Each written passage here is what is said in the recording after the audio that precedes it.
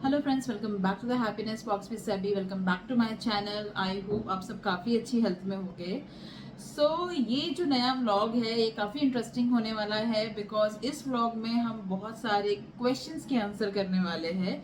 जी हाँ, ये vlog related होने वाला है मेरे लास्ट विपश्यना के व्लॉग से, जो मैंने बहुत पहले अपलोड किया था, जो कि धम्मा विपुला का था। और धम्मा विपुला के विपश्यना सेंटर में मैंने 10 डे का कोर्स किया था और उसके बारे में जो है एंटायर इन्फॉर्मेशन जो है उस व्लॉग में मैंने दी थी। और वहाँ पे लोगों का बहुत बहुत प्यार आया, वहाँ पे लोगों ने बहुत अप्रिशिएट किया उस व्लॉग को और बहुत सारे क्वेश्चंस वहाँ पे लोगों के थे।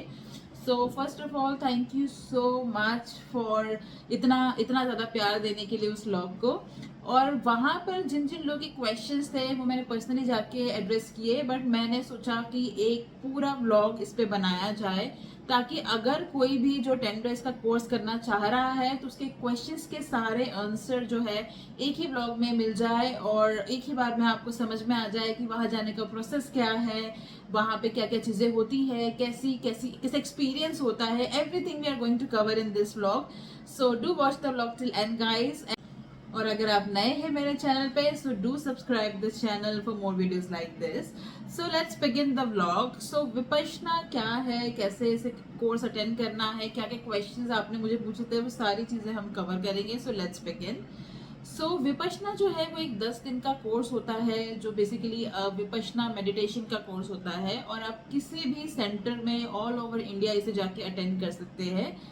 इसके लिए बहुत सारे क्वेश्चंस ये थे कि हम मोबाइल लेके जा सकते हैं कि नहीं, हम बुक रीड कर सकते हैं कि नहीं, ये 10 डेज के कोर्स में खाने के लिए क्या मिलता है, हम बात कर सकते हैं कि नहीं। बहुत सारे ऐसे क्वेश्चंस थे जिसके चलते मैंने ये वीडियो बनाया है और ये सारी चीज़ें हम कवर करने वाले हैं आगे।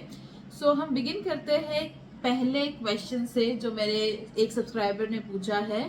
तो पहला क्वेश्चन है मिस मंजू गौतम का।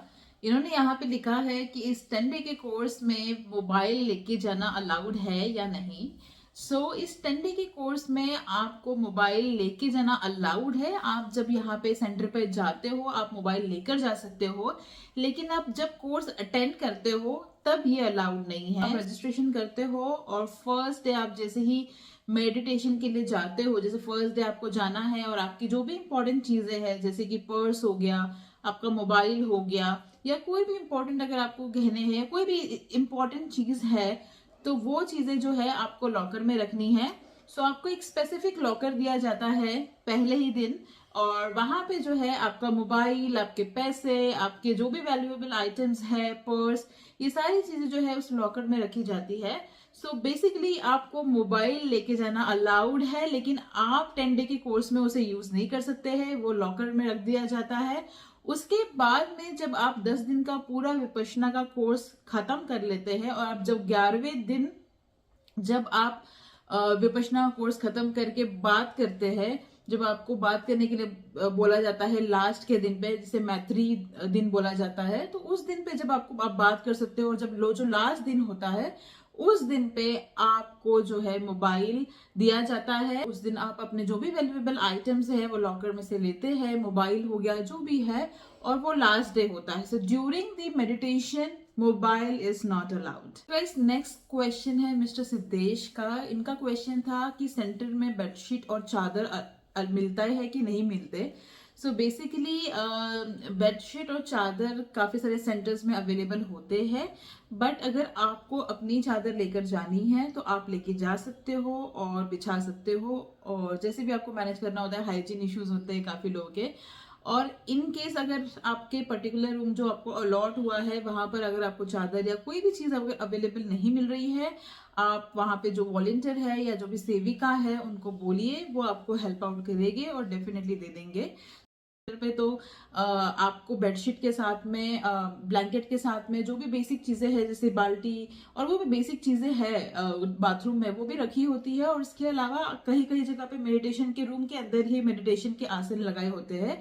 अगर आप मेरा धम्मा विपुला का रूम जब देखोगे तो यहाँ पे एसी लगा हुआ था, पंखा लगा हुआ था, ब्यूटीफुल सा व्यू था, सामने आप देख ही सकते हैं, बहुत ब्यूटीफुल सा व्यू है यहाँ पे। और इसके साथ साथ जो है मुझे एक टेबल दिया गया, चेयर दी गई, एक प्रॉपर जो है कपड़े रखने के लिए रैक दिया गया। ये जो रूम होते हैं वो काफी फुल्ली इक्विप्ड होते हैं। इगतपुरी में भी जब मैंने ये मेडिटेशन किया था तब भी वहां पे बहुत सारी चीजें जो है रूम के अंदर अवेलेबल थी। सो ऑलमोस्ट आपको जो जरूरत की चीजें होती है वो आपको रूम के अंदर मिल जाती है, उसके लिए आपको कोई स्ट्रेस लेने की जरूरत नहीं है। और अगर कुछ मिसिंग भी है तो आप रिक्वेस्ट कर सकते हैं, आपको मिल जाएगी। नेक्स्ट क्वेश्चन जो है वो मिस्टर प्रजेश देसाई का है, that can housewife attend this course. So mister Prajnesh दी, पहली बात तो नमो बुद्धाय, कैसे है आप। और दूसरी चीज कि कोई भी इस कोर्स को अटेंड कर सकता है, कोई ऐसे स्पेसिफिक नहीं है कि हाउसवाइफ है या कोई प्रोफेशनल पर्सन है तो ही उसको इस कोर्स के लिए जो है रजिस्ट्रेशन में जगह मिलेगी। तो कोई भी इस कोर्स को अटेंड कर सकता है। और सेकेंडली तो काफ़ी सारी जो हाउसवाइफ है during the time of pregnancy, काफ़ी सारी लेडीज आती है यहाँ पे इस कोर्स को अटेंड करने के लिए, और काफ़ी सारी हाउसवाइफ भी इस कोर्स को अटेंड करती है। सो ये एक लर्निंग प्रोसेस है, ये एक विद्या है। So Vipassana meditation is a technique जो सबको सीखनी चाहिए, और ये विद्या सभी को आनी चाहिए। कोई ऐसे रेस्ट्रिक्शन नहीं है कि ये इसे सीख सकता है और ये इसे नहीं सीख सकता। तो yes, housewife can attend this course and definitely इसका जो भी लाभ है वो उठा सकते हैं। सो आपको अगर किसी को भेजना है जो हाउसवाइफ है तो डेफिनेटली गो फॉर इट। सो अब आ जाते हैं नेक्स्ट क्वेश्चन पे। नेक्स्ट क्वेश्चन है मिस्टर अखिल वर्मा का, और इन्होंने पूछा है कि ये जो सेंटर है वो बेस्ट सेंटर है कि नहीं है धम्मापट्टना से या किसी भी और जो सेंटर है उससे कोई ये बेस्ट सेंटर है कि नहीं है, और प्लस यहाँ पर जो है कितना टाइम दिया जाता है साधक को पगोड़ा में मेडिटेशन करने के लिए। सो अगर मैं सबसे बेस्ट सेंटर की बात करूं एज पर माय एक्सपीरियंस, तो इगतपुरी का जो सेंटर है वो सबसे बेस्ट सेंटर है मेरे एक्सपीरियंस से, बिकॉज वो नेचर के काफी पास है। वो जो सेंटर है वो अल्टीमेटली बनाया गया है पहाड़ों के बीच में, और जब आप वहां पे मेडिटेशन करने फर्स्ट दिन आप जाओगे, अगर किसी को अगर कोई अगर गया भी होगा तो आप कमेंट सेक्शन में बताइएगा मुझे कि कैसा रहा आपका एक्सपीरियंस।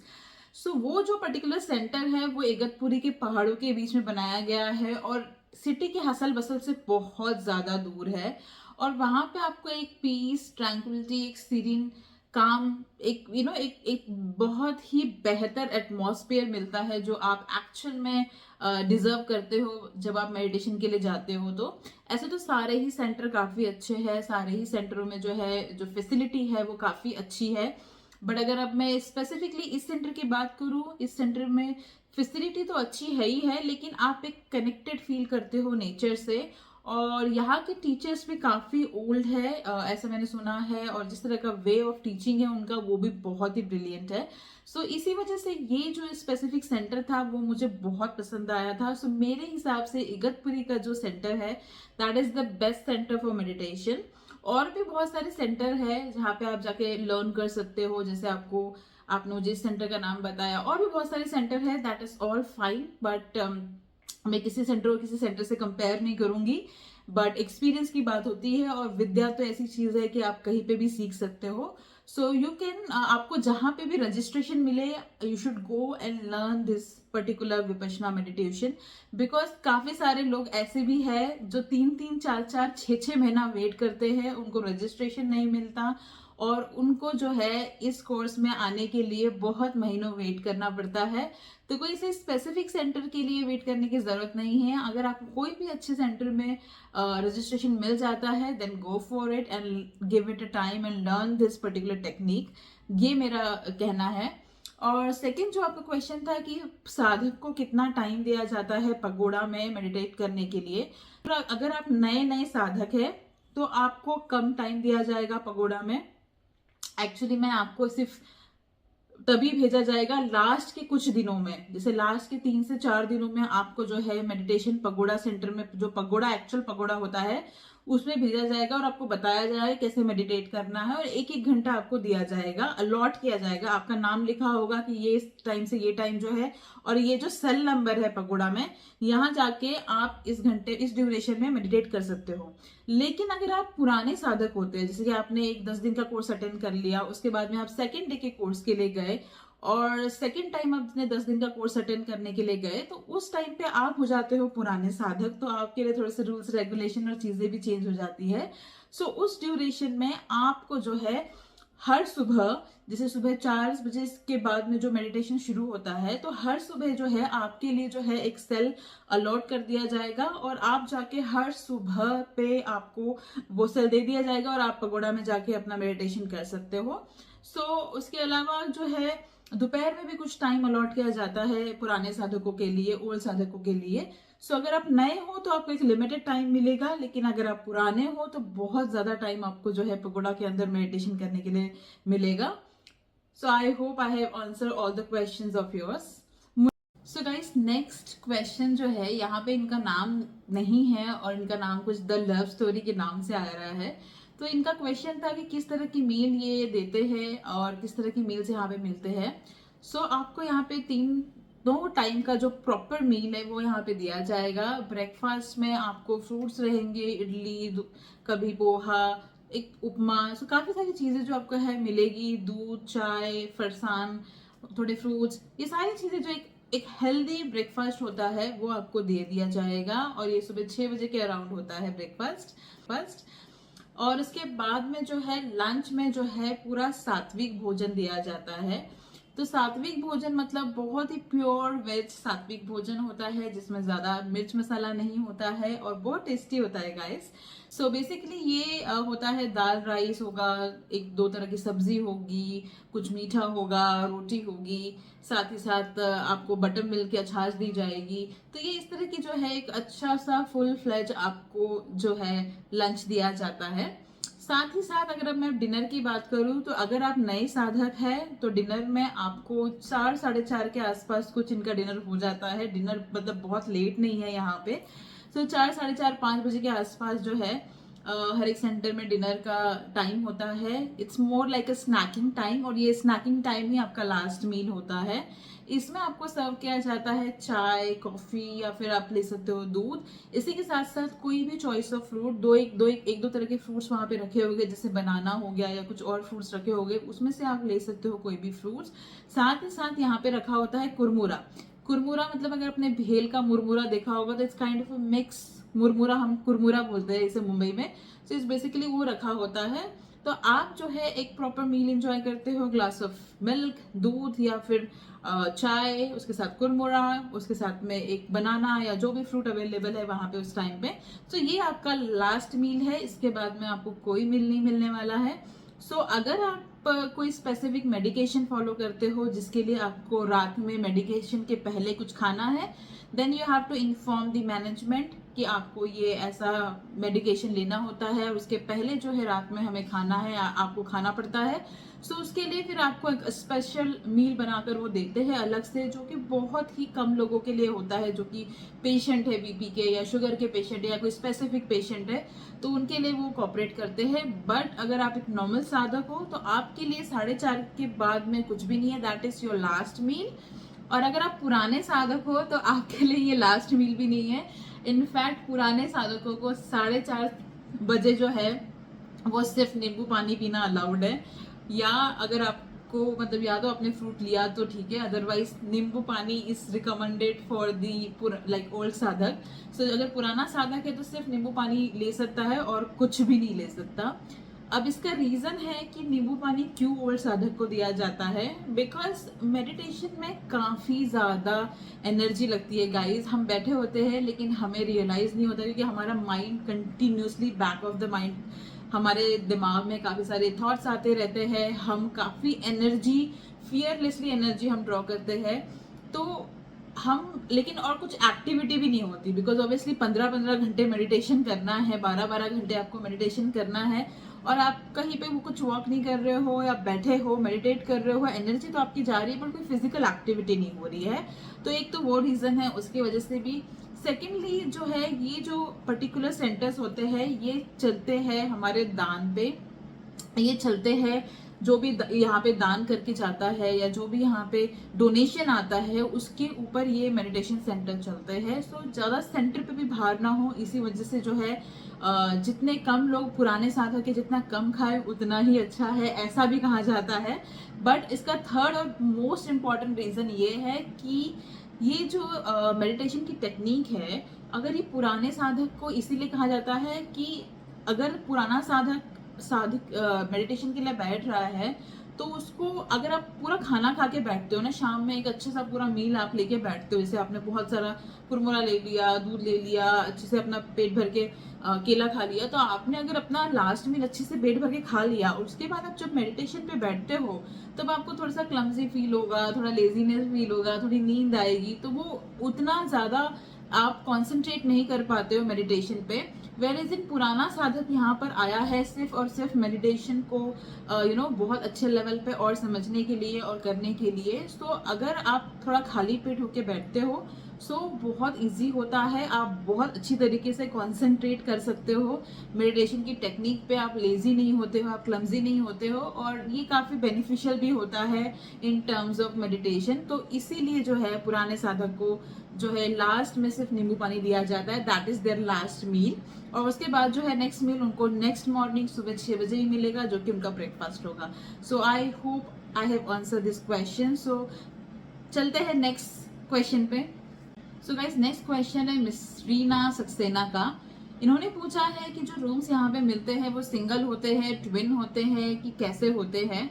सो बेसिकली यहाँ पे जब रूम अलॉट होते हैं तो आपको डबल रूम भी मिलेगा, सिंगल रूम भी मिलेगा, इट डिपेंड्स कि आपको क्या अलॉट हो रहा है। और सेकेंडली यहाँ पर जो है ना, आपको मौन व्रत रखना होता है। सो 4-5 चीजें हैं। एक तो आपको मोबाइल अलाउड नहीं है, सेकेंडली आपको 11 दिन तक मौन व्रत रखना है, सो आप बोल नहीं सकते हो, इनफैक्ट आप आई कांटेक्ट भी नहीं कर सकते हो। सो आपको किसी से आई कांटेक्ट भी नहीं करनी है और आई कांटेक्ट के थ्रू भी बात नहीं करनी है। तो अगर आप ट्विन शेयरिंग में रहते हो तो थोड़ा सा डिफिकल्ट तो हो ही जाता है अगर अगला बंदा है तो, बट अगर ट्विन शेयरिंग में भी है तो आपको वो जो चीज़ है वो मेंटेन करके रखनी है, और कोई आई कांटेक्ट नहीं करना है, कोई बात नहीं करनी है, और आपको प्रॉपरली आपके मेडिटेशन पे कॉन्सेंट्रेट करना है। सो आ जाते हैं इस क्वेश्चन पे कि रूम सिंगल होता है या ट्विन। सो रूम डिपेंड है कि आपको क्या मिल रहा है, कभी आपको सिंगल भी मिल जाएगा, ट्विन भी मिल जाएगा। आप रिक्वेस्ट करके देख सकते हैं मैनेजमेंट पे, अगर आपको सिंगल रूम चाहिए या ट्विन चाहिए, अगर वो उनके लिस्ट में होगा they can definitely help you out. But मैं जब भी दोनों बार गई थी, मुझे दोनों ही बार सिंगल रूम मिला था, और मेरी फ्रेंड जब गई थी उसको ट्विन रूम मिला था। तो इट डिपेंड्स कि आपको क्या मिलेगा, बट मुझे दोनों ही बार जो है वो सिंगल रूम दिया गया था। And it's quite peaceful to be alone and to meditate, आप ज़्यादा कॉन्सेंट्रेट कर सकते हो, कोई आई कॉन्टैक्ट भी नहीं होता तो ज़्यादा ईजी होता है। So this is how it is. I hope I have answered this question. So let's move to the another question now. So next question है हिमानिस बरी करके कुछ यहाँ पे दिख रहा है, मुझे एग्जैक्ट नाम समझ नहीं आ रहा है, ऐसा ही लिखा हुआ है, sorry for the pronunciation.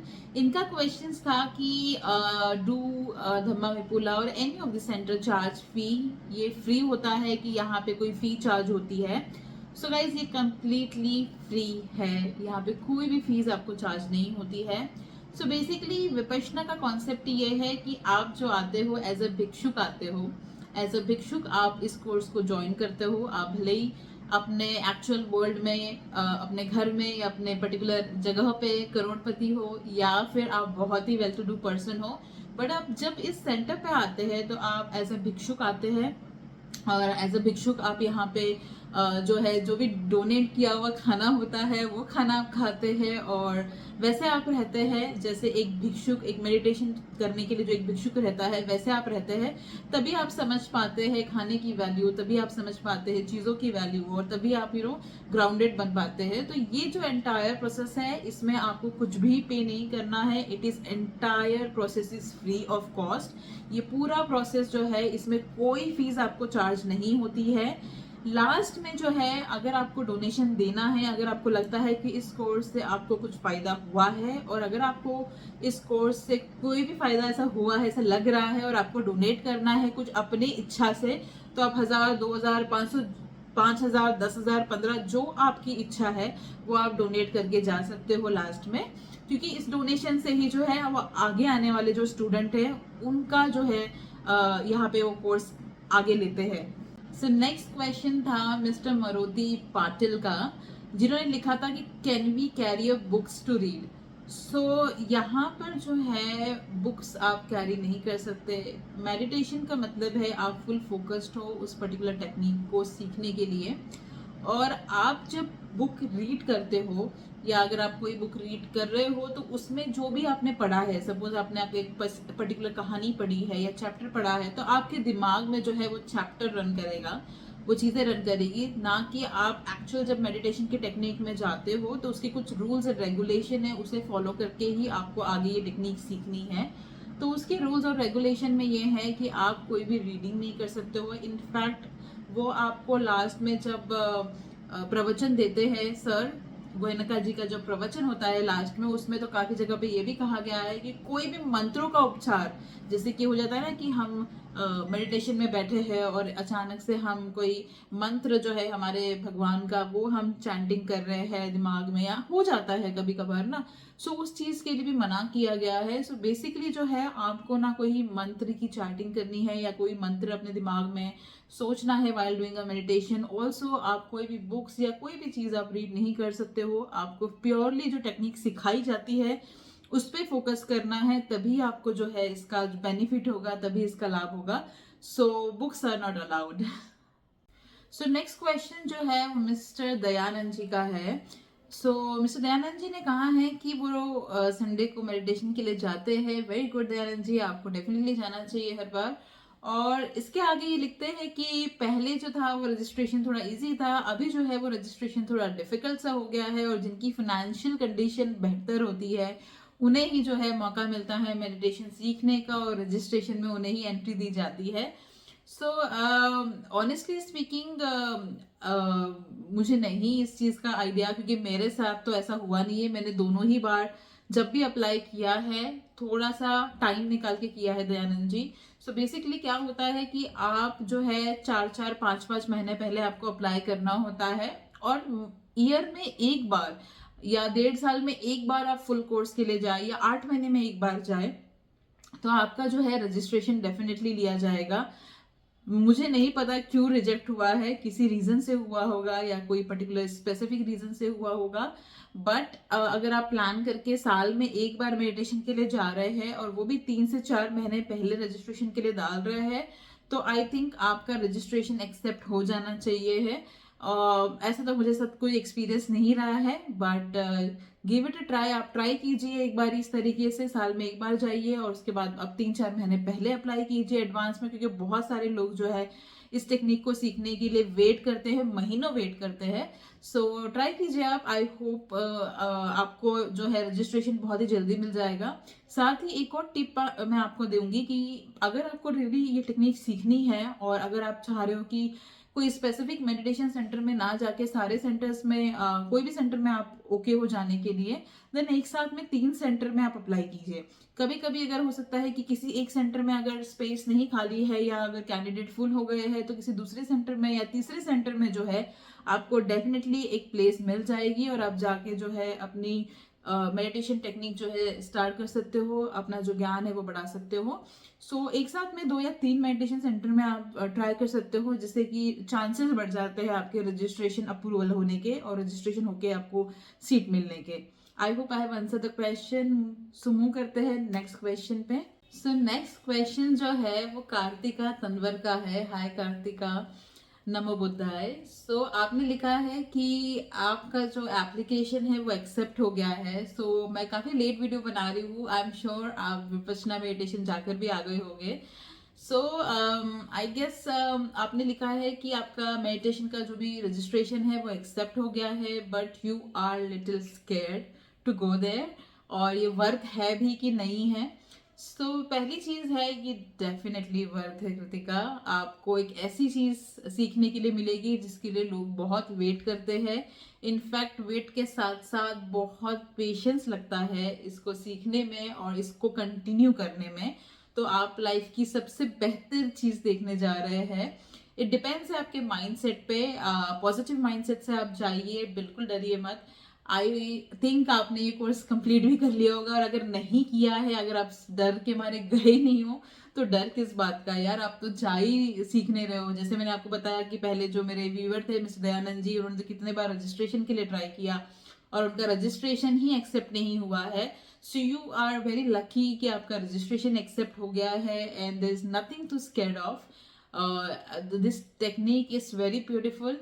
In fact इसके फायदे आपको आने वाले टाइम में दिखेंगे। जब आप इसको प्रैक्टिस करेंगे आपको बहुत ज़्यादा फायदा इसका दिखेगा, आपका फोकस इंक्रीज होगा, आप बहुत ही ज़्यादा फोकस, डिटरमाइन, कंट्रोल्ड, बहुत सारी चीज़ों में आपको जो है इसका फायदा होगा। अगर आप ओवरथिंक करते हो, एंजाइटी है या किसी या डिप्रेशन से हो, जूझ रहे हो, कोई भी स्पेसिफिक चीज़ हो, आपको बहुत ज़्यादा हेल्प करेगा ये, और ओवरऑल भी आपको ऐसे बहुत ज़्यादा हेल्प होगी इस पर्टिकुलर टेक्निक से।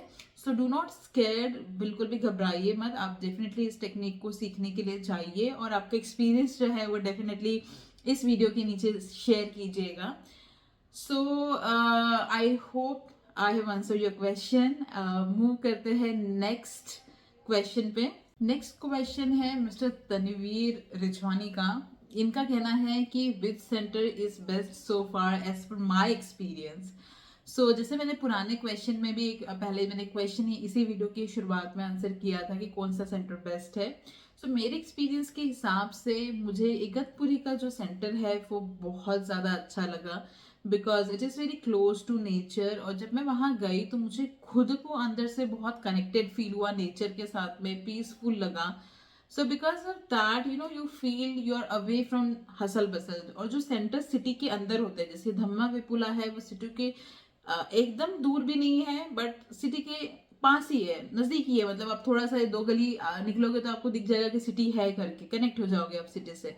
सो थोड़ा फर्क पड़ता है उस चीज का, मतलब ऐसे तो आप सेंटर के अंदर ही होते हो, but as per my experience I really like the atmosphere of Igatpuri centre and it is really really good. अगर आप वहां जाते हो और एक एक वाइब होती है हर जगह की, मुझे उस जगह की वाइब बहुत पसंद आई। तो अगर आपको ट्राई करना है तो you can give it a try. अगर आपको वहां पे रजिस्ट्रेशन मिल जाता है then give it a go ahead and go for it. दूसरा यहाँ पे क्वेश्चन है राइजिंग सोल करके, कोई मेरे सब्सक्राइबर है जिन्होंने जहाँ पे क्वेश्चन रेज किया है कि इसका रजिस्ट्रेशन कैसे किया जाए। आप प्लीज रजिस्ट्रेशन की लिंक जो है शेयर कीजिए। तो रजिस्ट्रेशन की लिंक जो है आपको मेरे डिस्क्रिप्शन बॉक्स में मिल जाएगी इस पर्टिकुलर ब्लॉग के। बट कैसे रजिस्ट्रेशन करना है वो भी मैं आपको एक छोटा सा यहाँ पे टिप दे देती हूँ। तो आपको धम्मा.org की वेबसाइट पे जाना है और वहां पर जाकर आपको कोई भी सेंटर अपना या पर्टिकुलर लोकेशन जो है वो आपको सिलेक्ट करना है। जैसे मुंबई हो गई, पुणे हो गई, जो भी सेंटर आप देख रहे हैं, लोकेशन देख रहे हैं, वो आपको सिलेक्ट करना है। और उस सेंटर के लोकेशन के जो भी सेंटर होंगे उस सेंटर की लिस्ट आपको मिल जाएगी। प्लस ये कब ओपन हो रहे हैं एप्लीकेशन, तो यहाँ पे एप्लीकेशन ओपन होता है, एप्लीकेशन क्लोज होता है। प्लस आप ओल्ड स्टूडेंट हो प्लस आप न्यू स्टूडेंट हो, वो भी आपको देखना है। तो यहाँ पे ओल्ड स्टूडेंट के लिए और न्यू स्टूडेंट के लिए 2 डिफरेंट तरह के कोर्सेज के डेट्स अवेलेबल होते हैं। तो अगर आप न्यू हो तो आप उसकी डेट्स देखो, आप देखो कि एप्लीकेशन कब ओपन हो रहा है। और एक टिप और दूंगी, क्योंकि एप्लीकेशन के लिए बहुत लोग होते हैं, तो अगर आप एडवांस में देख के रखोगे, सपोज अगर आप आज मार्च है और आप अगर आने वाले मई या जून में प्लान कर रहे हो तो आप अभी से ही देखना शुरू कर दो फरवरी मार्च से कि कौन सा जो है जून जुलाई अगस्त में आपको जो है एप्लीकेशन ओपन होगा, और तब आप उस पर्टिकुलर डेट पे जाके रजिस्टर कीजिए। आई एम श्योर आपको प्लेस मिल जाएगा। सो धम्मा.org इज अ वेबसाइट, वहां पे जाके आपको जो है कोर्स फाइंड करना है और अपने आप को रजिस्टर कराना है। नेक्स्ट क्वेश्चन है मिस्टर बालकृष्ण जी का। सो मिस्टर बालकृष्ण जी ने पूछा है कि इन्होंने जो है कोर्स के लिए एनरोल किया है, रजिस्ट्रेशन किया है, बट यहाँ के नंबर्स काम नहीं कर रहे हैं और ये मेल इन्होंने भेजा है। तो कैसे इन्हें पता पड़ेगा कि रजिस्ट्रेशन अप्रूवल हुआ भी है कि नहीं, क्या स्टेटस है। सो बेसिकली क्या होता है, कोविड के बाद में ऐसा हुआ है बहुत सारे सेंटर्स पे कि कहीं कहीं सेंटर्स पे numbers are not working. So in that case आप टेंशन ना ले, आप मेल को अपने अच्छे से चेक करते रहिए। जैसे ही आपने आपको रजिस्ट्रेशन के लिए मेल दिया है, अगर आपका एक्सेप्ट हुआ है, आपका रिजेक्ट भी हुआ है, तो आपको मेल के थ्रू इंटीमेशन मिल जाएगा। So there is no need to worry. आप अपने ईमेल चेक करती रहिए, आपको ईमेल के थ्रू इंटीमेशन मिल जाएगा कि आपका जो रजिस्ट्रेशन है वो एक्सेप्ट हुआ है या एक्सेप्ट नहीं हुआ है। सो गाइस, दूसरा जो क्वेश्चन है यहाँ पे वो है होली अक्ष की आईडी से। सो इन्होंने पूछा है कि यहाँ पे मेल के लिए, मेल साधक के लिए डिफरेंट एरिया है कि नहीं है, हॉस्टल, गार्डन या खाने का डिफरेंट अरेंजमेंट है कि नहीं। बिकॉज जो मेरे वीडियो में दिख रहा है इट्स मोस्टली मोर लेडीज का सेक्शन दिख रहा है। सो बेसिकली बिकॉज मैं एक वुमेन सेक्शन में गई थी तो वहाँ का ही सारा जो है चीज़ें वहाँ की कैप्चर की हुई है। अगर मेरे वीडियो के लास्ट में देखोगे तो वहां पे मैंने मेंशन किया है कि एग्जैक्टली वुमन जो अरेंजमेंट है मेडिटेशन के लिए, उसी के सामने जो है जेंट्स के लिए एक पूरा अरेंजमेंट किया गया है। उनका गार्डन अलग है, उनका हॉस्टल अलग है, उनका मेडिटेशन के जो भी चीज़ें हैं, जो भी बेसिक फैसिलिटी है जैसे रहने की और खाने की, ये सब चीज़ें जो है वो अलग है। रहना, खाना पीना, वॉक, ये सारी चीज़ें जो है मेल के लिए डिफरेंट है। सिर्फ वाइल डूइंग मेडिटेशन, जब हम मेडिटेशन करते हैं उस समय पे उस हॉल में जो है जेंट्स और लेडीज दोनों एक साथ बैठते हैं। सो एक सेक्शन होता है, बीच से ऐसा पार्टीशन कर दिया जाता है हॉल में, और एक साइड पे जो है लेडीज बैठ के मेडिटेट करती है और उसके दूसरे साइड पे जो है वो जेंट्स बैठ के मेडिटेट करते हैं। तो मेडिटेशन जो है वो साथ में किया जाता है, बट जो रहने की फैसिलिटी है, खाने की फैसिलिटी है, घूमने की फैसिलिटी है, वो डिफरेंट है। और कहीं कहीं तो ये भी नहीं होता है, जैसे कुछ कुछ सेंटर में कंप्लीटली डिफरेंट होता है। इनफैक्ट मेडिटेशन भी का भी जो हॉल होता है वो भी कंप्लीटली डिफरेंट होता है।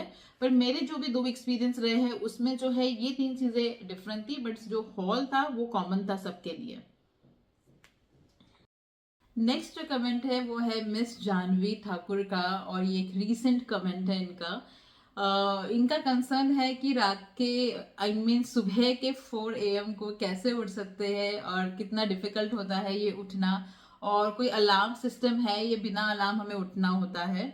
सो जानवी, यहाँ पर जो है एक बहुत बड़ा बेल है। जैसे अगर आप जाओगे तो आपको एक बहुत बड़ा बेल दिखेगा, उसी के साथ में जो बेल बजाने की भी एक बड़ा सा इंस्ट्रूमेंट है, वो उसी से बेल बजाया जाता है।